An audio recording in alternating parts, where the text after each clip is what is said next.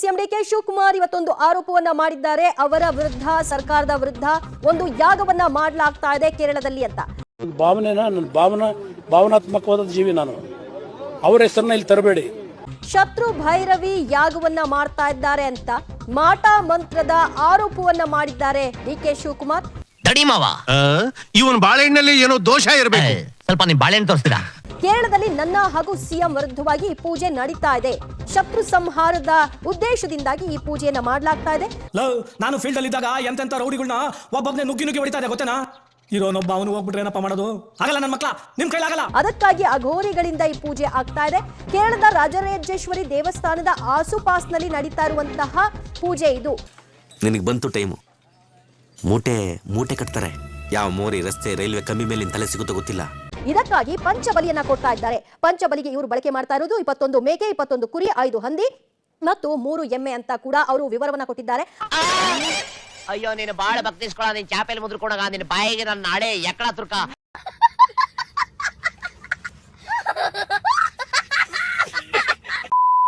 ಅವರ ಪಾಕೆಟ್ ನಲ್ಲಿ ಹುಡುಕಾಟ ನಡೆಸಿದ್ರು. ಅದರ ವಿವರಕ್ಕಾಗಿ ಆನಂತರದಲ್ಲಿ ಆ ಒಂದು ವಿವರವನ್ನ ಯಾರೋ ಅವರಿಗೆ ಕೊಟ್ರು. ನನ್ನ ಮೇಲೆ ಆಣೆ ಇಟ್ಟಳು. ಅದನ್ನ ಅದರಲ್ಲಿ ಏನಿದೆ, ಯಾಕೆ ನಡೆಸ್ತಾ ಇದ್ದಾರೆ ಇತ್ಯಾದಿ ಮಾಹಿತಿಗಳನ್ನ ಹಂಚಿಕೊಂಡಿದ್ದಾರೆ ಡಿಸಿಎಂ. ಬಹಳ ಪವರ್ಫುಲ್ ಗಣೇಶ ಇದು ನೋಡಿ. ಇದೇ ತರ ಸುಳ್ಳು ಪ್ರಮಾಣ ಮಾಡಿದಕ್ಕೆ ಅವ್ನು ಕಾಲ್ ಬಿದ್ದೋಗಿದೆ ನೋಡಿ. ನನ್ನ ಹುಚ್ಚಿರ್ಕೊಂಡು ಮಾಡ್ತಾ ಇದ್ದ ನೋಡು. ಮಾಡು, ಮುಟ್ಟು ಪ್ರಮಾಣ ಮಾಡು. ನೋಡಪ್ಪ, ಕೇರಳಲ್ಲಿ ಒಂದು ದೊಡ್ಡ ನನ್ನ ಮೇಲೆ ಪ್ರಯೋಗ ನಡೀತಾ ಇದೆ. ನನ್ನ ಮೇಲೆ ನಮ್ಮ ಸರ್ಕಾರ ಎಂತ ದೊಡ್ಡ ಹುಚ್ಚು ನನ್ನ ಮಕ್ಕಳವರು ಫುಲ್ ಕುಡಿದ್ಬಿಟ್ಟು ಹೆಂಗ್ ಮಾತಾಡ್ತಾನೆ. ನೀರ್ ಹಾಕೊಂಡಂಗ್ ಕುಡಿದ್ಬಿಟ್ಟು ಅವನೇ. ಚೀಫ್ ಮಿನಿಸ್ಟರ್ ಸೇರಿಸಿ ನಡೀತಾ ಇದೆ. ನೋವಿದೆ, ಆಕ್ರೋಶ ಇದೆ. ಯಾಕೆ ಭಗವಂತ ನನಗಿಷ್ಟು ಪ್ರಶ್ನೆ ಮಾಡ್ತಾ ಇದ್ದಾನಲ್ಲ? ಶತ್ರು ಭೈರವಿ ಯಾಗ ಕೇರಳ ರಾಜರಾಜೇಶ್ವರಿ ದೇವಸ್ಥಾನದ ಆಸುಪಾಸಿನಲ್ಲಿ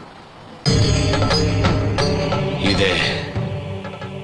ಇಲ್ಲೊಂದು ಸಮಸ್ಯೆ ಖಂಡಿತ ಇದೆ. ಈ ಯಾಗ ಶತ್ರುವಿನ ಸಂಹಾರ ಯಾಗ. ಈ ಯಾಗಕ್ಕೆ ಪಂಚಬಲಿ ಕೊಡುತ್ತಿದ್ದಾರೆ. ನಮ್ಮ ಮನೆ ಬರ ಇದನ್ನು ಕೇಳಬೇಕಲ್ಲ ಕೂತ್ಕೊಂಡು. ಎರಡು ಬಿಟ್ಟು ಎಳ್ಕೊಂಬರೋದು ಬಿಟ್ಬಿಟ್ಟು ನಮ್ಮವ್ರು.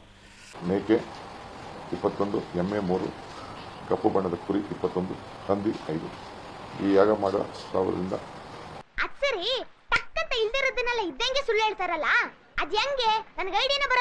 ಮನುಷ್ಯ ಚಲಚಲತೆಗಳೇ ಒಳಗಾಗುತ್ತದೆ. ಅಘೋರಿಗಳ ಮೊರೆ ಹೋಗಿರುತ್ತಾರೆ. ಬರೀ ಬೋಗಸ್ ರೀ, ಇವರು ಬೋಗಸ್ಸೇ. ಏನು ಅನುಮಾನನೇ ಇಟ್ಕೊಬೇಡಿ. ಇವ್ರಿಗೆ ಬೇಕಾದಾಗ ಇವ್ರು ಡ್ರಾಮಾ ಮಾಡ್ತಾರಷ್ಟೇ. ದೇವ್ರು ನಿನ್ಗೆ ಒಳ್ಳೇದು ಮಾಡ್ತದ. ನಿನ್ ಜನ್ಮಕ್ಕೆ ಹೋಗೋ. ಇಷ್ಟು ಹೇಳಕ್ ಇಷ್ಟಪಡ್ತೀನಿ. ಓಕೆ ಫ್ರೆಂಡ್, ಬಾಯ್. 7 ಮೀಟರ್ ಕುಡಿದೇವ್ರ ಅನ್ನೋದು ನಾನು 2 ಮಾತು ಮುಗಿದು ಅಂತ ಹೇಳೋದು. ಎಷ್ಟು ಜನ ಕಚರ ನನ್ನ ಮಕ್ಕಳು ಮನೇಲಿ ಹೆಂಡತಿ ಇಟ್ಕೊಂಡು ಹೊರಗಡೆ ಇನ್ನೊಂದು ಸೆಟಪ್ ಮಾಡ್ಕೊಂಡಿಲ್ಲ. ಎಷ್ಟು ಜನ ವರ್ಷ ಹೆಂಗಸರು ಮನೇಲಿ ಗಂಡನ ಇಟ್ಕೊಂಡು ಮನ್ಸಲ್ಲಿ ಇನ್ನೊಬ್ಬನ ಇಟ್ಕೊಂಡಿಲ್ಲ.